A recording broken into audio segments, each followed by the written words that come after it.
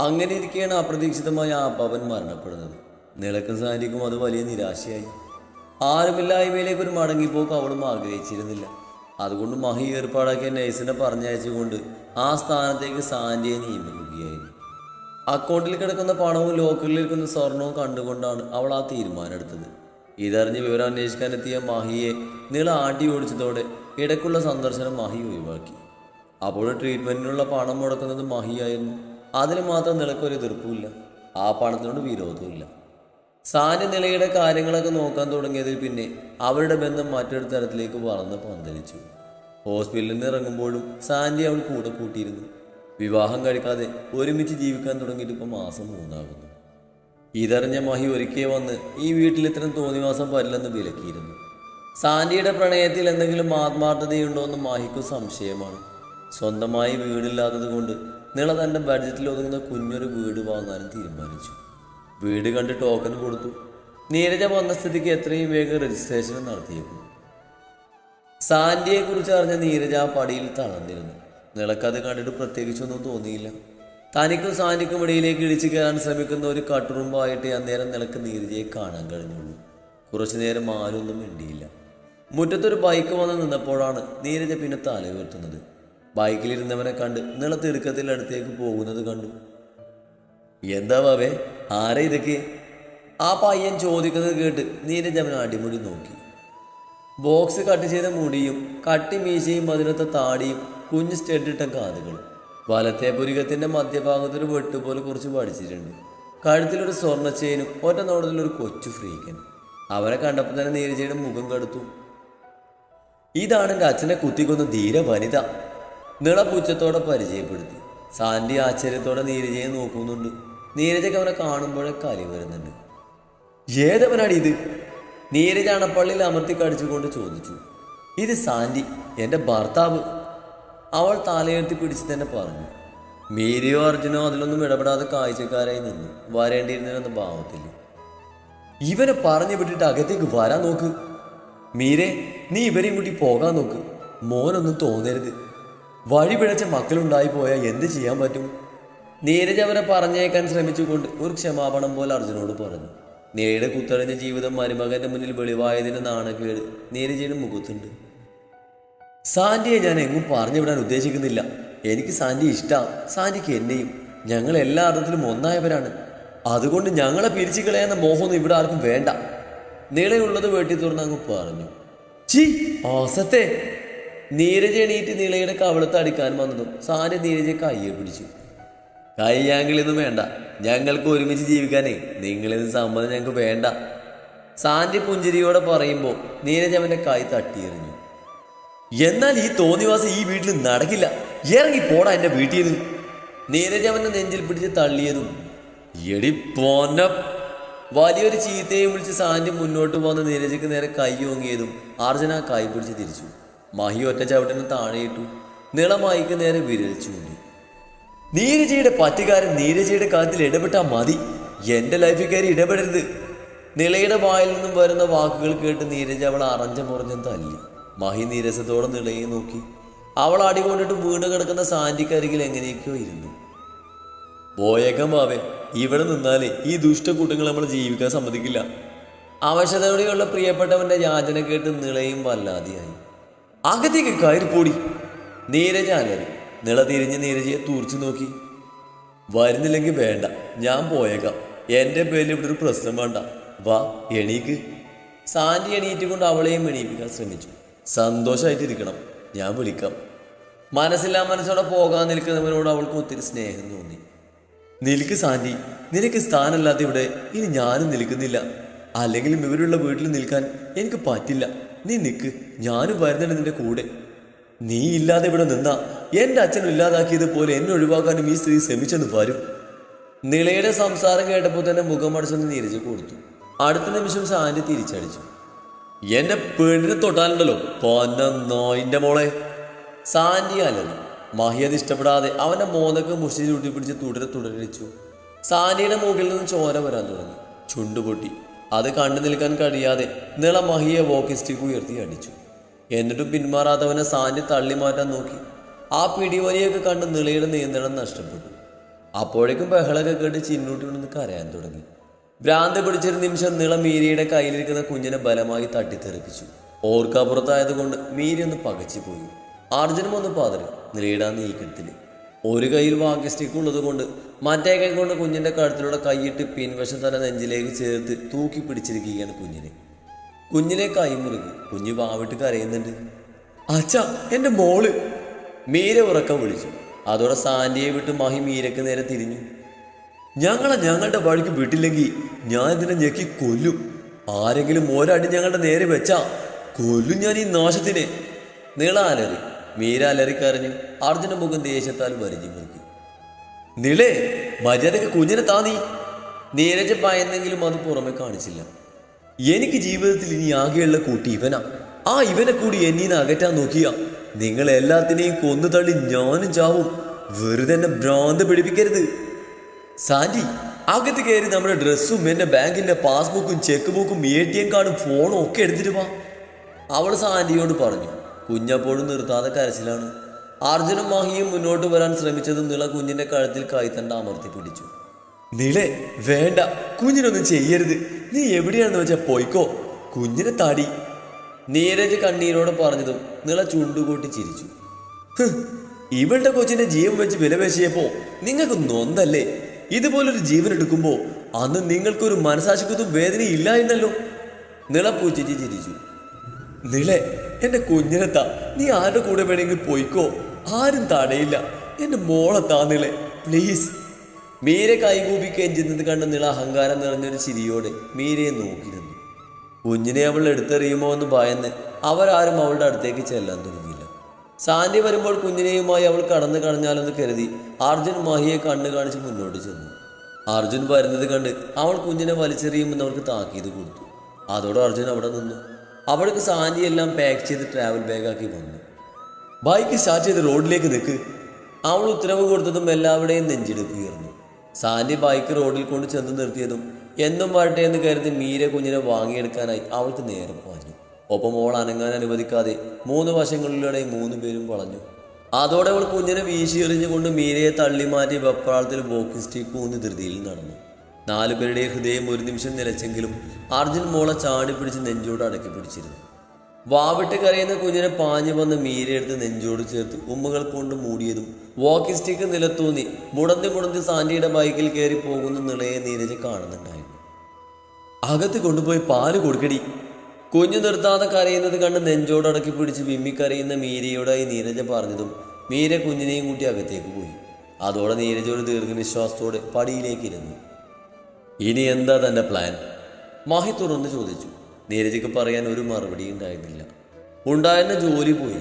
ഒരു കൊലപാതകിയായ കാരണം ഇനി ഒരിക്കലും അധ്യാപനം തുടരാൻ കഴിയില്ല. ആരും വിശ്വസിച്ച് ജോലി ഏൽപ്പിക്കുകയില്ല. സ്വന്തമെന്ന് പറയാൻ ഒരു തൊട്ട് കയ്യിലില്ല. മൂത്തവളുടെ ജീവിതം സേഫാണ്. അവൾക്കൊരു കുടുംബമുണ്ട്. ഇളയവൾ താൻ ഇഷ്ടത്തിന് പോയി. ഇനി ആർക്ക് വേണ്ടിയാണ് താൻ ജീവിക്കേണ്ടത്? സ്വയം ചോദിക്കുന്ന ചോദ്യങ്ങൾക്ക് ഉത്തരമില്ലാതെ നീരജ അവിടെ തന്നെ ഇരുന്നു. അർജുനൻ നോക്കി നിൽക്കുകയായിരുന്നു. സർവ്വം നഷ്ടമായവളെ പോലെയുള്ള ആ ഇരിപ്പ്. ഇനി എങ്ങോട്ട് എന്താവുമെന്ന് പോലും അറിയാത്തൊരു ജീവിതം നീണ്ടു നിവർന്ന് കിടക്കുകയാണ്. പക്ഷേ ജീവിതം മുന്നോട്ട് കൊണ്ടുപോകാൻ ഒരു വഴിയില്ല. എങ്കിലും മരണത്തെക്കുറിച്ച് അവർ ചിന്തിച്ചില്ല. മഹി ചതിച്ചെന്ന ചിന്തയിൽ വയറ്റിൽ വളരുന്ന കുഞ്ഞുമായി നാട്ടുകാർക്ക് മുന്നിൽ പിഴച്ചവളായി നിൽക്കേണ്ടി വന്നപ്പോൾ പോലും നീരജ മരണത്തെപ്പറ്റി ചിന്തിച്ചിരുന്നില്ല. ഇപ്പോഴും അവർ അങ്ങനെ ഒരു രക്ഷപ്പെടൽ ആഗ്രഹിക്കുന്നില്ല. താനെന്താ മിണ്ടാത്തെ? ഇനി എന്ത് ചെയ്യാനാ തൻ്റെ പ്ലാൻ? മഹി നീരജയുടെ മൗനം കണ്ടിട്ടാവണം ചോദ്യം ആവർത്തിച്ചു. നീരജ വീണ്ടും ആ ചോദ്യം കേട്ടതും മെല്ലെ തലയുയർത്തി നോക്കി. മഹി വിടാതെ നോക്കി നിൽക്കുകയാണ്. ഇരുവരുടെയും മിഴികൾ തമ്മിൽ കൊരുത്ത നിമിഷം അർജുൻ അവർക്കിടയിൽ നിന്നും ഒഴിവായി അകത്തേക്ക് കയറിപ്പോയി. നീരജയും മഹിയും ഏറെ നേരം ആ നോട്ടം തുറന്നു. മഹിയുടെ കണ്ണുകളിൽ ഒത്തിരി പരിഭവങ്ങൾ ഒളിച്ചിരിക്കും പോലെ തോന്നി നീരജയ്ക്ക്. എനിക്കൊരു ജോലി ശരിയാക്കി തരാൻ പറ്റുമോ? എന്തോ പറയാൻ തുടങ്ങുന്ന നീരജയുടെ മുഖത്തേക്ക് ആകാംക്ഷയോടെ നോക്കി നിന്ന മഹിയുടെ മുഖം നീരജയുടെ ആവശ്യം കേട്ട് വാടിപ്പോയി. ദീർഘമായൊന്ന് വിശ്വസിച്ചുകൊണ്ടയാൾ നീരജയുടെ അടുത്തായി പടിയിലിരുന്നു. നീരജ മഹിയെ നോക്കാതെ റോഡിലേക്ക് നോട്ടം തിരിച്ച് അവിടെ തന്നെ ഇരുന്നു. താനെന്തിനാടോ വീണ്ടും വീണ്ടും എന്നെങ്ങനെ വേദനിപ്പിക്കുന്നേ? മഹി നീറിയ കണ്ണുകൾ നിറയാൻ അനുവദിക്കാതെ അങ്ങോട്ടും ഇങ്ങോട്ടും നോട്ടം തിരിച്ചുകൊണ്ട് ചോദിച്ചു. ആ ശബ്ദത്തിൻ്റെ ട്രിച്ചറിഞ്ഞ നീരജയുടെ നെഞ്ചൊന്ന് പിടഞ്ഞു. അരികിലിരിക്കുന്നവൻ ഒരു കാലത്ത് തൻ്റെ എല്ലാമായിരുന്നു. മറ്റേരേക്കാൾ താൻ സ്നേഹിച്ചവൻ. ഇരു ശരീരവും ഒരാത്മാവുമായി കഴിഞ്ഞ കാലം നീരജി ഓർത്തു. പിന്നെ എന്തൊക്കെയോ സംഭവിച്ചു. ആരുടെയൊക്കെയോ ചതിയും സ്വാർത്ഥതയും ബലിയാടായത് താനും ഈ മനുഷ്യനും ഞങ്ങളുടെ കുഞ്ഞു. ആ ഓർമ്മയിൽ നീരജ് തലയൊന്ന് കുടഞ്ഞു. അരകിലിരിക്കുന്നവൻ ഇടം കണ്ണ് കൊണ്ടൊന്ന് പാളി നോക്കി. ആരുടെയൊക്കെയോ സ്വാർത്ഥതയ്ക്ക് ഇപ്പോഴും എന്നെ എന്തിനാ താനിങ്ങനെ ശിക്ഷിക്കുന്നേ? മഹിയുടെ സ്വരം തീരെ പതിഞ്ഞു പോയി. നീരജ കണ്ണുകളുയർത്തി മഹിയെ നോക്കിപ്പോയി. ഞാൻ എന്ത് ശിക്ഷിച്ചെന്നാ? ആ കണ്ണുകളിലേക്ക് ഉറ്റു നോക്കിക്കൊണ്ട് നീരജ തിരക്കി. ഒന്നും അറിയാത്തതാണോ അതോ അറിയില്ലെന്ന് ഭാവിക്കുന്നതോ? മാഹി ചോദിക്കുമ്പോൾ നീരജ നോട്ടം മാറ്റിക്കളഞ്ഞു. ഇത്രയും വർഷം ഞാൻ കാത്തിരുന്നില്ലേ, ഇനിയെങ്കിലും എൻ്റെ കാത്തിരിപ്പൊന്ന് അവസാനിച്ച് തന്നൂടെ? മാഹി നീരജയെ പ്രണയാർദ്രമായി നോക്കി. പ്രതീക്ഷയോടെ നോക്കുന്ന ആ കണ്ണുകളെ നേരിടാനാവാതെ നീരജ ഇരുന്ന് ഉഷ്ണിച്ചു. മഹി ഉദ്ദേശിക്കുന്നത് നീരജയ്ക്ക് മനസ്സിലായെങ്കിലും മനസ്സിലാവാത്ത ഭാവത്തിലിരുന്നു. ഇനി അങ്ങനെയൊക്കെ ഭാവിച്ചേ പറ്റൂ, അതാണ് ശരി, അത് മാത്രം. മഹിയിലേക്ക് ഇനിയൊരു തിരിച്ചുപോക്ക് അത് ശരിയാവില്ല. നീരു, മഹി പ്രണയത്തോടെ വിളിച്ചുകൊണ്ട് നീരജയുടെ വലതുകാരം കവർന്നു. നീരജയുടെ കണ്ണുകൾ നിറഞ്ഞൊഴുകി. മഹിയുടെ ആ കൈ തട്ടിയേറിയാൻ നീരജയ്ക്ക് കഴിയുമായിരുന്നില്ല. ഒരുപാട് നാളുകൾക്ക് ശേഷം സ്നേഹത്തോടെയുള്ള വിളി കേട്ടപ്പോൾ നീരജ ആ പഴയ കൗമാരിക്കാരി ആയതുപോലെ. അവനൊപ്പം ഒത്തിരി സ്വപ്നങ്ങൾ നെയ്തു കൂട്ടി ആ കാലം മനസ്സിനെ കുളിരണയിപ്പിച്ചുകൊണ്ട് ഓർമ്മകളിൽ ഓടിയെത്തി. മനസ്സ് നിറഞ്ഞ് തുളുമ്പിപ്പോകുന്നു മഹിയുടെ സാമീപ്യത്തിൽ. അടുത്ത നിമിഷം അത് തെറ്റാണെന്ന് നീരജ മനസ്സിനെ പറഞ്ഞു പഠിപ്പിച്ചു. മഹിയുടെ കൈ വിടുവിച്ചുകൊണ്ട് കുറച്ച് നീങ്ങി മാറിയിരുന്നു. മഹി ദയനീയമായി നീരജയെ നോക്കി. നിനക്ക് വേണ്ടി ഇത്രയും കാലം ഞാൻ കാത്തിരുന്നു. തിരികെ കിട്ടുന്ന ഒരു ഉറപ്പില്ലാതിരുന്നിട്ടും നിന്റെ ഓർമ്മകളിൽ ജീവിതത്തിൻ്റെ നല്ല കാലം ജീവിച്ച് തീർത്തവനാ ഞാൻ. ഇപ്പൊ വിധി എൻ്റെ കൺമുന്നിൽ തന്നെ കൊണ്ടു നിർത്തിയപ്പോൾ കൈവിട്ട് കളയാൻ തോന്നില്ല നീരജെ. ഈ വയസ്സാം കാലത്തെങ്കിലും നമ്മുടെ പ്രണയം സഫലമാക്കാൻ ഈശ്വരൻ തന്ന അവസരമായിട്ടാണ് ഞാനിതിനെ കാണുന്നത്.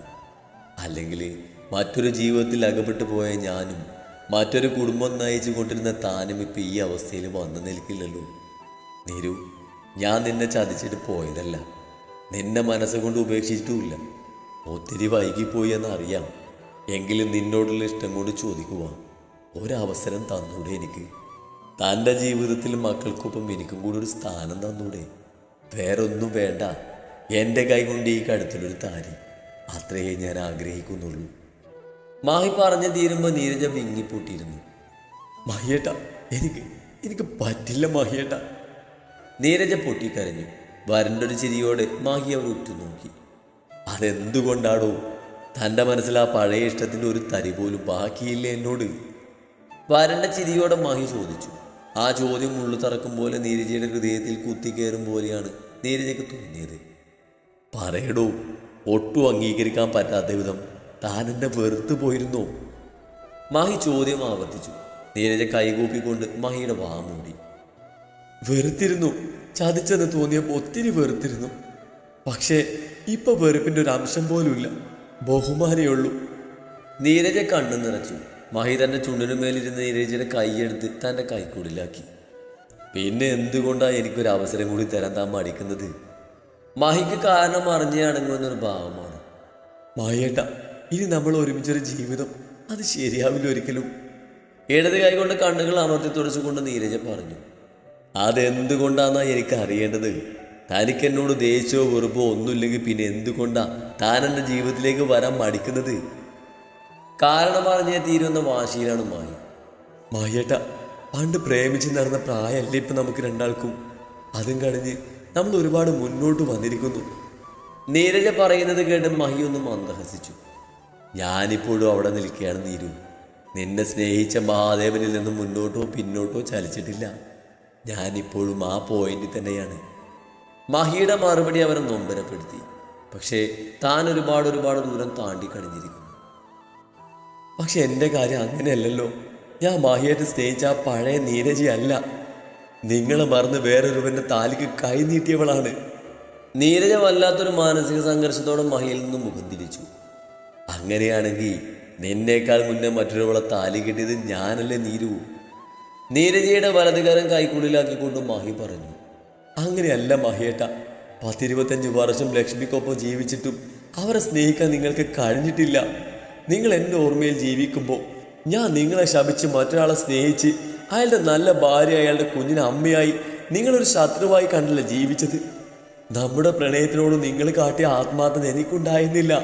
എന്ന് ഞാൻ നരേന്ദ്രൻ എന്ന മനുഷ്യനെ സ്നേഹിക്കാൻ തുടങ്ങിയോ അന്ന് ആ പ്രണയം ഇല്ലാതായി. ഒരിക്കലും കൂടിച്ചേരാൻ കഴിയാത്ത വിധം നമ്മൾ തമ്മിൽ ഇന്ന് ഒരുപാട് അന്തരമുണ്ട്. ആ അന്തരം അങ്ങനെ തന്നെ നിന്നോട്ടെ. എനിക്കൊരു ജോലി തന്നാ ഞാൻ എങ്ങനെയെങ്കിലും ജീവിച്ച് പൊക്കോളാം. നേർന്ന കണ്ണുകളെ നിറയാൻ അനുവദിക്കാതെ നീരജ പറഞ്ഞു. എനിക്ക് മനസ്സിലായില്ല നീരു, താനെന്താ പറഞ്ഞു വരുന്നേ? ഗൗരവത്തോടെ മാഹി ചോദിച്ചു. നീരജ നീട്ടിയൊരു ശ്വാസം എടുത്തു വിട്ടു. മാഹിയേട്ടാ, ശരീരം കൊണ്ടും മനസ്സുകൊണ്ടും മറ്റൊരാൾ നിങ്ങൾ കളങ്കപ്പെട്ടിട്ടില്ല. പക്ഷെ ഞാൻ അങ്ങനെയല്ല. നരേന്ദ്രനെ സ്നേഹിച്ച് അയാളുടെ മകൾക്ക് ജന്മം നൽകിയവളാ ഞാൻ. ഇനി ഈ ശരീരവും മനസ്സുമായി മാഹിയേട്ടൻ്റെ ജീവിതത്തിലേക്ക് ഒരു മടങ്ങി വരിക എനിക്ക് ഓർക്കാൻ പോലും പറ്റുന്നില്ല. അത് ശരിയാവില്ല. നീരജ കണ്ണുകൾ ഇറുകിയടച്ചുകൊണ്ട് മുട്ടിന്മേൽ മുഖം പൂഴ്ത്തിയിരുന്നു. മാഹി നീരജയെ അടിമുടി നോക്കി. ശേഷം ആ കയ്യിൽ പിടിച്ച് തനിക്കരികിലേക്ക് ബലമായി വലിച്ചു നീക്കിയിരുത്തി. നീരജ മുഖം ഉയർത്തി നോക്കി. മാഹി നീരജയുടെ മുഖം തൻ്റെ കൈക്കൊള്ളിലാക്കി. നീരു, അങ്ങനെയൊക്കെ ചിന്തിച്ച ആ അവസ്ഥയിൽ തന്നെ കൊണ്ടുവന്നെത്തിച്ചത് ഞാനും എൻ്റെ വീട്ടുകാരും അല്ലേ? നമ്മൾ തമ്മിൽ ശാരീരികമായി അടുത്ത ശേഷം കൂടപ്പിറപ്പിന് വേണ്ടിയാണെങ്കിൽ കൂടി മറ്റൊരു വിവാഹം കഴിച്ച് ഏറ്റവും വലിയൊരു തെറ്റ് ചെയ്തത് ഞാൻ തന്നെയാണ്. വിവാഹത്തിന് മുമ്പ് നിനക്കൊരു കളങ്കം വരുത്തിയത് ഓർത്ത്, അതുപോലെ നിന്റെ ജീവിതത്തിൽ പ്രശ്നങ്ങൾ ഉണ്ടാവുമെന്ന് ഓർത്ത് ഉരുകി തീർത്തൊരു ജീവിത എൻ്റേത്. അനിയത്തിക്ക് വേണ്ടിയാണെങ്കിൽ പോലും ഞാൻ നിന്നോട് ചെയ്ത ദ്രോഹത്തിനോളം വരില്ല തീരും മറ്റൊന്നും. നീ കളങ്കപ്പെട്ടെന്നുള്ളത് നേര്.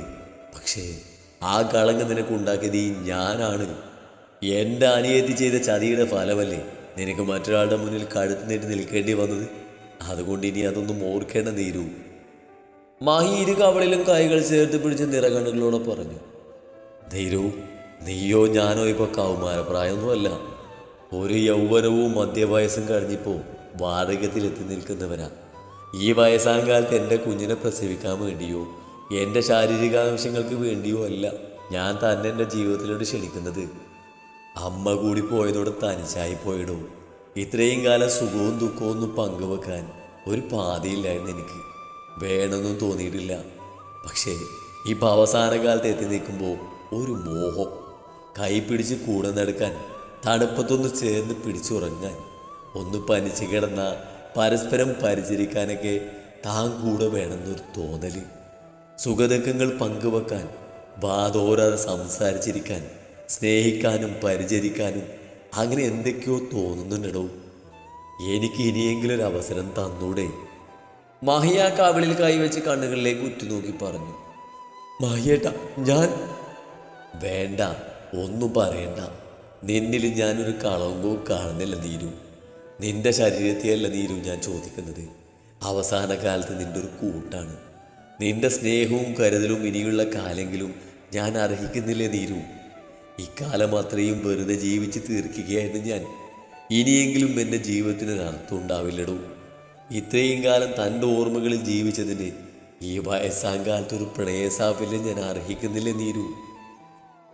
കുഞ്ഞൊരു ചിരിയോടെ മാഹി പറഞ്ഞു നിർത്തുമ്പോൾ നീരജ പൊട്ടിക്കരഞ്ഞുകൊണ്ട് ആ നെഞ്ചിലേക്ക് ചാഞ്ഞിരുന്നു. ഇനിയും വയ്യ തനിച്ചൊരു ജീവിതം. വർഷങ്ങളായുള്ള തനിച്ചുള്ള ജയിൽ ജീവിതം കൊണ്ട് ജീവിതം തന്നെ മടുത്തു പോയിരുന്നു നീരജയ്ക്ക്. സംസാരിക്കാനോ സങ്കടങ്ങൾ പങ്കുവെക്കാനോ സ്നേഹിക്കാനോ ചേർത്ത് പിടിക്കാനോ ആരുമില്ലാതാകുന്ന അവസ്ഥ എത്ര ഭീകരമാണെന്ന് ജയിൽ ജീവിതം നീരജയെ പഠിപ്പിച്ചു കഴിഞ്ഞു. എന്നിട്ടും ഒറ്റയ്ക്ക് മുന്നോട്ട് പോകാൻ മനസ്സുകൊണ്ട് ഒരുങ്ങി തന്നെയാണ് വന്നത്. പക്ഷേ നിളയുടെ ഇറങ്ങിപ്പോക്കും മഹിയുടെ ക്ഷണവും കൂടി ആയപ്പോൾ നീരജയ്ക്ക് പിടിച്ചു നിൽക്കാനായില്ല. തെറ്റും ശരിയൊന്നും അവർ നോക്കുന്നില്ല. ഇതവരുടെ ശരിയാണ്. വയസ്സുകാലത്തെ അവരുടെ പ്രണയ സാഫല്യം. മാസങ്ങൾക്ക് ശേഷം TV ചാനലുകളിൽ ഒരു അനാഥശവം നിറഞ്ഞു നിന്നു. റെയിൽവേ ട്രാക്കിൽ ട്രെയിൻ തട്ടി ചിന്നിച്ചിതറി ഒരു പെൺശരീരം. ആ ന്യൂസ് കണ്ടുകൊണ്ടിരിക്കെ കയ്യിലെ പണം മുഴുവൻ ദൂർത്തടിച്ച് തീർന്നപ്പോൾ കാമുകനാൽ ഉപേക്ഷിക്കപ്പെട്ട് ആത്മഹത്യ ചെയ്ത നിലയിലെ ചിന്നിച്ചിതറിയ ശരീരത്തിന് അരികിലായി കിടന്ന വാക്കി സ്റ്റിക്ക് ചാനലുകളിൽ എടുത്തു കാണിച്ചിട്ടും അത് സ്വന്തം മകളുടേതായിരുന്നെന്ന് നീരജയ്ക്ക് മനസ്സിലായില്ല. അന്വേഷണങ്ങൾക്കൊടുവിൽ ബോഡി ഐഡന്റിഫൈ ചെയ്ത് പ്രതിയെ പിടികൂടിയ വാർത്ത നീരജയുടെ കാതിലെത്തിയപ്പോൾ ആ അമ്മയുടെ മനസ്സ് തകർന്നു പോയിരുന്നു. പുതിയ വീടൊക്കെ വാങ്ങി സാൻഡിയുമായി നന്നായി തന്നെയാണ് അവൾ ജീവിച്ചു പോകുന്നത്. പിന്നെന്താണ് അവർക്കിടയിൽ സംഭവിച്ചതെന്ന് ഉത്തരം കിട്ടാത്തൊരു ചോദ്യമായിരുന്നു. ആ ചോദ്യത്തിന് ഉത്തരം പോലീസുകാർക്ക് സാൻഡിയുടെ പക്കൽ നിന്ന് തന്നെ കിട്ടി. കയ്യിലെ കാശ് തീർന്നപ്പോൾ മറ്റൊരു പ്രണയത്തിൽ കുടുങ്ങിയ സാൻഡിക്ക് വികലാംഗിയായ നിള ഒരു ഭാരമായി തോന്നിയപ്പോൾ ഉപേക്ഷിച്ച് കടന്നു കളയുകയായിരുന്നു.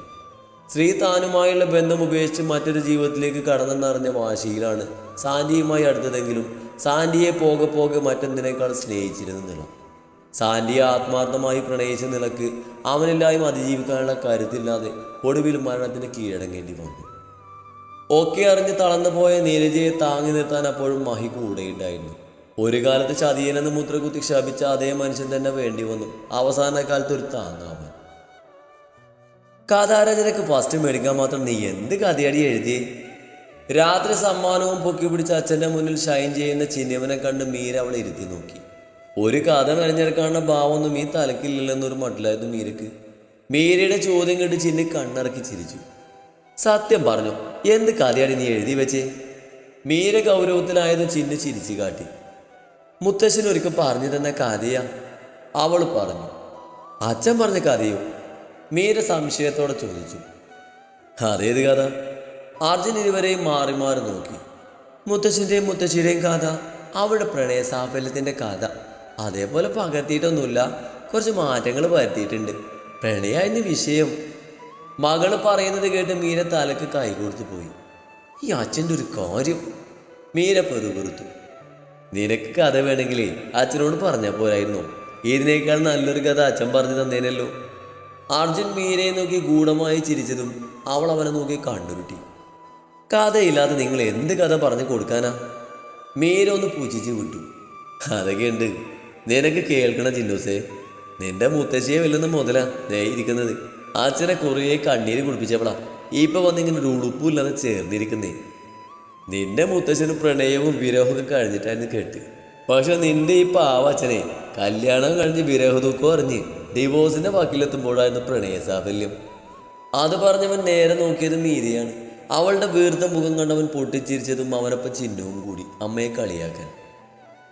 സ്നേഹപൂർവം സാലിം കരുളായി.